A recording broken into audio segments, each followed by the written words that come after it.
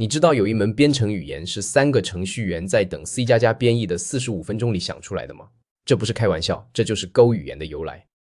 2007年9月20日下午 ，Google 山景城总部的某个办公室里 ，Rob Pike 启动了一个 C++ 工程的编译构建。按照以往经验，这需要大概1个小时。于是他和 Robert Griesmer、Ken Thompson 坐在一起，开始吐槽 C， 聊着就把一门新语言的基本框架给聊出来了。这就是 Go 语言的创世时刻，一场因为等编译太无聊而发生的闲聊，最终演变成了改变云计算时代的编程语言。先介绍一下这3位大佬。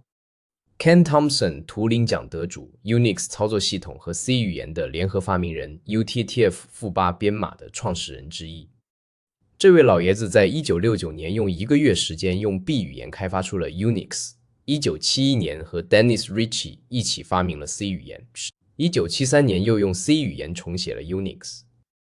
你现在用的几乎所有操作系统都是站在他的肩膀上发展起来的。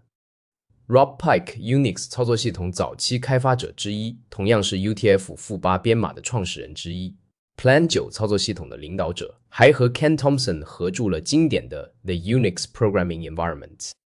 顺便说一句， Go 语言那只金色的地鼠吉祥物就是 Rob Pike 夫人设计的。Robert Griesmer 参与开发过 Google 的 V8 JavaScript 引擎和 Java 的 Hotspot 虚拟机，对编程语言设计有着深刻理解。这3个人凑在一起，简直就是计算机界的超级梦之队。但问题是，他们为什么要在 Google 这么一个资源充足的公司里去折腾设计一门新语言呢？答案很简单，因为他们对 C 太失望了。2007年那会儿 ，Google 内部的主要开发语言是 C++、Java 和 Python。CI 性能很好，但是编译太慢，代码复杂度爆炸，团队协作困难。Java 有虚拟机的开销。Python 虽然开发快，但是性能不行。更要命的是，当时计算机硬件已经进入多核时代，网络编程越来越重要，分布式系统越来越复杂。但是现有的这些语言都没法很好的应对这些问题。CI 虽然强大，但是它的并发编程模型太复杂了，写多线程程序简直是噩梦。而且 C++ 为了保持向后兼容，不断往语言里塞新特性，到了 C 加正11的时候，已经复杂到让人崩溃的地步。Rob Pike 后来在采访中直言不讳地说，他们对 CC 感到非常沮丧。他说，我们对现有的工具和语言感到不满，它们充满了我们不喜欢的特性。具体来说，当时 Google 面临的问题有这么几个。第一是软件规模的问题， Google 的服务器程序由几千万行代码组成，数百甚至数千名程序员在同一个代码库上工作，每天都在更新。这种规模下，编译时间成了大问题，一个大型项目编译一次要几个小时，严重影响开发效率。第二是软件复杂性的问题，多核处理器、网络系统、大规模计算集群带来的挑战，现有语言只能暂时绕开，没法正面解决。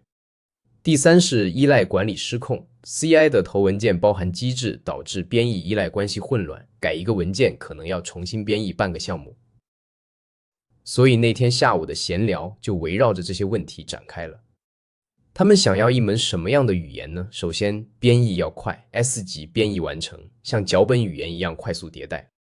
其次，要原生支持并发，能够轻松处理多核和网络编程。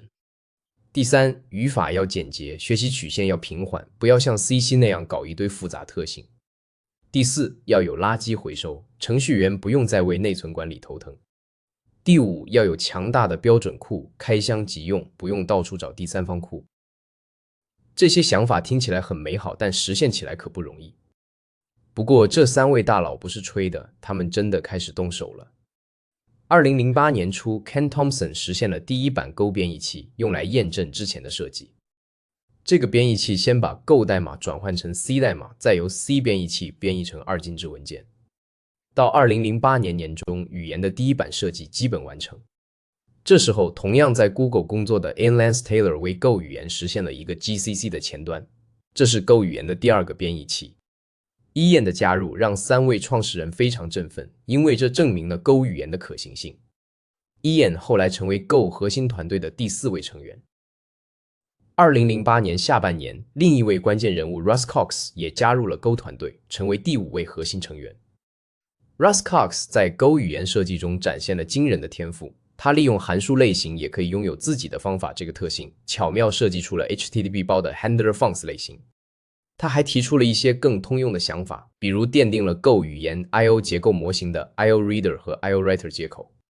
后来 Ken Thompson 和 Rob Pike 先后淡出 Go 语言核心决策层 ，Russ Cox 接过两位大佬的衣钵，成为 Go 核心技术团队的负责人，一直到现在。2009年10月30日 ，Rob Pike 在 Google Tech Talk 上做了一次演讲 ，The Go Programming Language， 这是 Go 语言第一次公之于众。10天后，2009年11月10日 ，Google 官方宣布 Go 语言项目开源，这一天也被确定为 Go 语言的生日。当时 Go 语言的首页上写着一句口号 ：Go 语言是富有表现力的、并发的、简洁的编程语言。旁边还放了一个 Hello 世界的例子。注意，这里的世界是日文，可能是为了展示 Go 对 Unicode 的良好支持。Go 语言刚开源的时候，大家对它的印象主要有这么几个：第一是编译速度快得惊人 ，S 级编译完成几乎像脚本语言一样可以马上运行，这在当时是非常震撼的。要知道 CI 编译一个大项目可能要几个小时。第二是并发模型优雅。Go 语言的 GoRoutine 和 Channel 让并发编程变得简单直观。这个设计来自于贝尔实验室 Hoare 在1978年发布的 CSP 理论。Rob Pike 是 CSP 理论的坚定实践者。第三是语法简洁 ，Go 语言只有25个关键字，语言规范不到50页，这在现代编程语言里简直是异类。相比之下 ，CC 的标准文档有上千页 ，Java 也有几百页。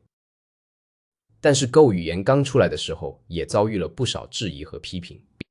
最大的争议就是没有范型。范型是一种编程范式，允许在编写代码时不指定具体的类型，在使用时再确定。很多从 C/Java、CG 等语言转过来的程序员习惯了范型编程，发现 Go 没有范型，觉得这简直不可思议。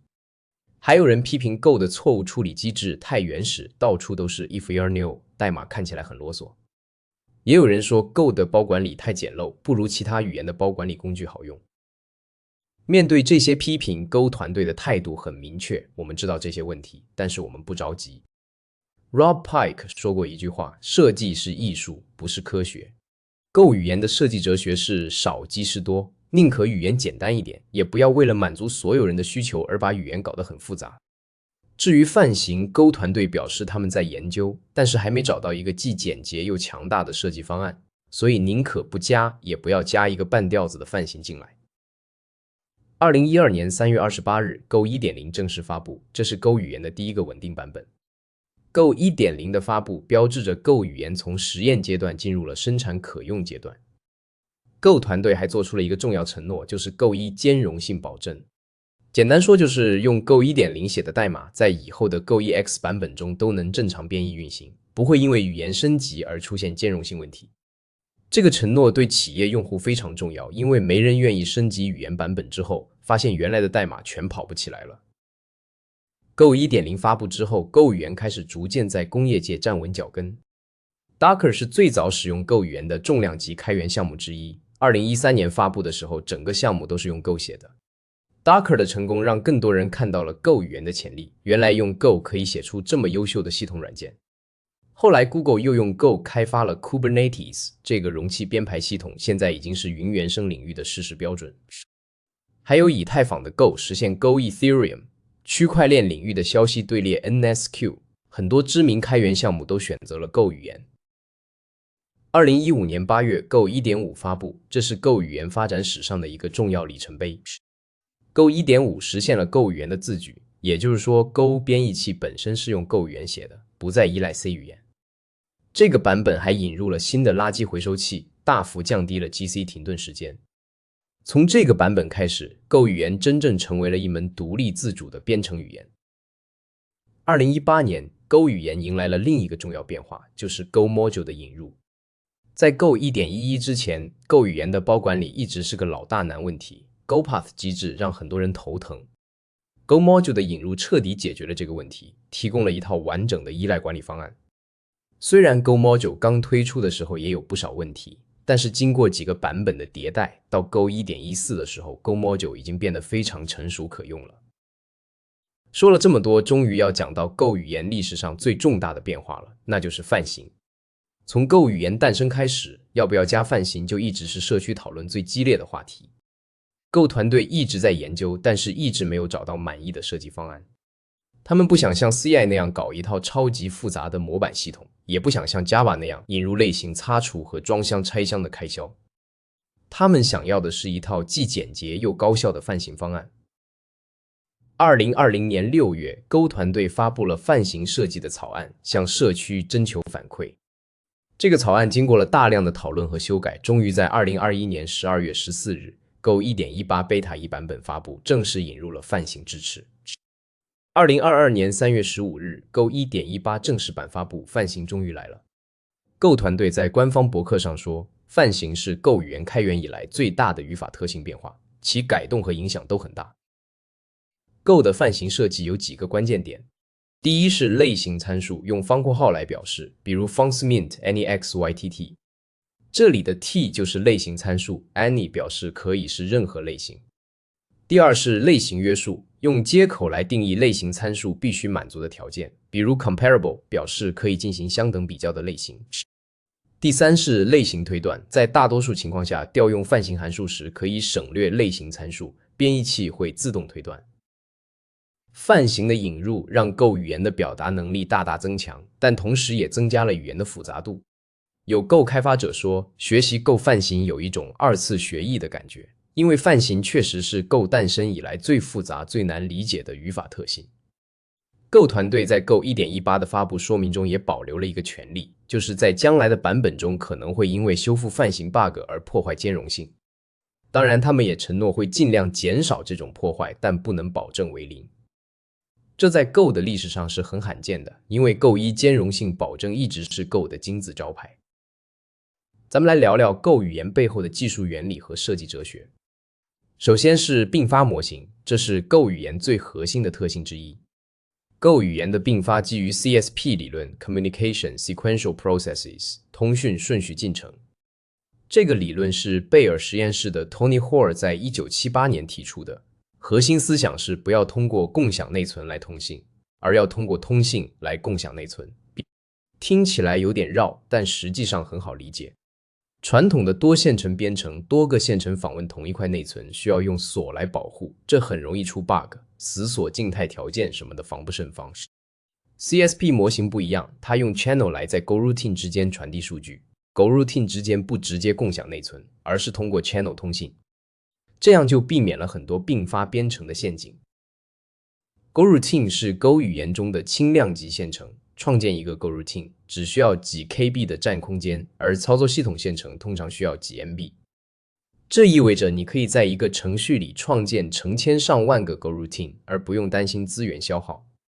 Go 的运行时会自动调度这些 GoRoutine 到系统线程上执行，这套调度器非常高效。Channel 是 GoRoutine 之间通信的管道，你可以往 Channel 里发送数据，也可以从 Channel 里接收数据。Channel 有缓冲和无缓冲两种，无缓冲的 Channel 会阻塞发送和接收，直到另一方准备好，这天然实现了同步。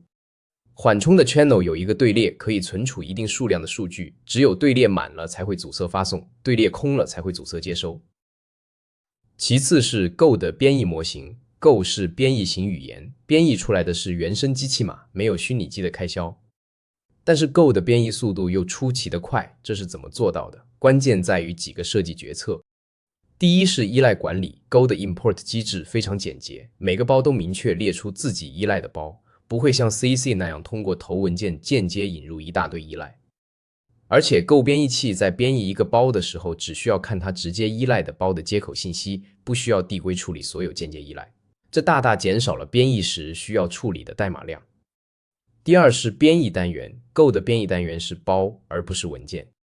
这意味着一个包里的所有文件可以看到彼此的内容，不需要像 C 语言那样写一堆 forward declaration。第三是编译器优化 ，Go 编译器不做太多激进的优化，因为过度优化会拖慢编译速度。Go 的策略是快速编译，然后依靠简洁的代码和高效的运行时来获得性能。再说说 Go 的垃圾回收 ，Go 有垃圾回收器，程序员不用手动管理内存，这大大降低了开发难度。但是 GC 一直是个争议话题，因为 GC 会引入停顿，也就是 Stop the World。在 GC 运行的时候，整个程序都要暂停。Go 的 GC 经过了多代演化，从最早的标记清除，到后来的3色标记，再到并发标记，停顿时间越来越短。Go 1.5 引入的新 GC 可以把停顿时间降到10毫秒以下， Go 1.8 进一步降到1毫秒以下。现在的 Go GC 已经非常成熟，对于大多数应用来说， GC 停顿基本感觉不到。Go 语言的设计哲学可以总结为几个关键词：简洁、务实、工程导向。Go 的语法非常简洁，只有25个关键字，没有继承，没有泛型。Go 1.18 之前没有异常，没有宏，没有函数重载，没有默认参数。很多其他语言有的特性 Go 都没有。这不是因为 Go 团队偷懒，而是他们认为这些特性会增加语言的复杂度，得不偿失。Rob Pike 说过，如果一个特性不是绝对必要的，那就不要加。Go 的务实体现在它专注于解决实际问题，而不是追求理论上的完美。比如 Go 的错误处理，用显示的 if er anio， 很多人吐槽这太啰嗦。但是 Go 团队认为显示错误处理让错误不会被忽略，这对系统可靠性很重要。虽然看起来啰嗦，但是清晰明了，不容易出 bug。Go 1.13 引入了错误链， Go 1.20 引入了更多错误处理的改进，但是基本模式没有变。Go 的工程导向体现在它专注于大规模软件开发中的实际问题。编译速度、代码可读性、团队协作、工具链完善，这些都是 Go 关注的重点。Go 自带了一套完整的工具链， Go Build 编译， Go Test 测试， Go FMT 格式化代码， Go Vet 静态检查， Go Mod 管理依赖。这些工具让 Go 的开发体验非常流畅，不需要像其他语言那样到处找第三方工具。Go 语言对软件工程的影响是深远的。首先是云原生领域， Docker 和 Kubernetes 的成功让 Go 成为云原生事实上的标准语言。现在几乎所有的云原生项目，从容器运行时到服务网格，从监控系统到日志收集，都大量使用 Go 语言。其次是微服务架构， Go 的高并发能力和快速编译让它非常适合微服务开发。很多公司从单体应用迁移到微服务的时候，选择 Go 作为主要开发语言。再次是 DevOps 工具链，很多基础设施工具，比如 Terraform、Consul、Vault、Prometheus 都是用 Go 写的。Go 编译出来的是单一的二进制文件，不需要运行时环境，部署特别方便，这对 DevOps 工具来说非常重要。Go 语言也改变了很多公司的技术栈。国内的字节跳动、腾讯、阿里、百度、滴滴、美团等大厂都大规模使用 Go 语言。字节跳动甚至有超过 80% 的后端服务是用 Go 写的。国外的 Google、Uber、Dropbox、Netflix、Cloudflare 等公司也大量使用 Go。很多初创公司也选择 Go 作为主力语言，因为 Go 的开发效率高，性能好，招人也相对容易， Go 的学习曲线比较平缓。但是 Go 也不是万能的， Go 不适合写 GUI 应用，它的生态主要在服务端。Go 不适合写科学计算，因为它没有像 NumPy 那样成熟的数值计算库。Go 不适合写嵌入式系统，因为它的运行时比较重，而且有 GC。Go 也不太适合写对性能要求极致的底层系统，因为 GC 带来的不确定性。所以选择编程语言还是要看场景，没有银弹。从2007年3个大佬在办公室里的闲聊，到现在成为云原生时代的主流语言之一， Go 语言用了10几年时间证明了它的价值。它不是最快的语言，也不是最优雅的语言，但它可能是最务实的语言。它的设计理念很简单，就是让程序员能够更高效地写出可靠的软件。现在回过头看那场等 C++ 编译的45分钟闲聊，可能是21世纪编程语言史上最有价值的45分钟之一。3位大佬用他们几十年的编程经验和对软件工程的深刻理解，设计出了一门真正为工程师服务的语言。Go 语言不追求学术上的完美，不追求语法上的花哨，它追求的是让程序员能够快速开发、轻松维护、可靠运行。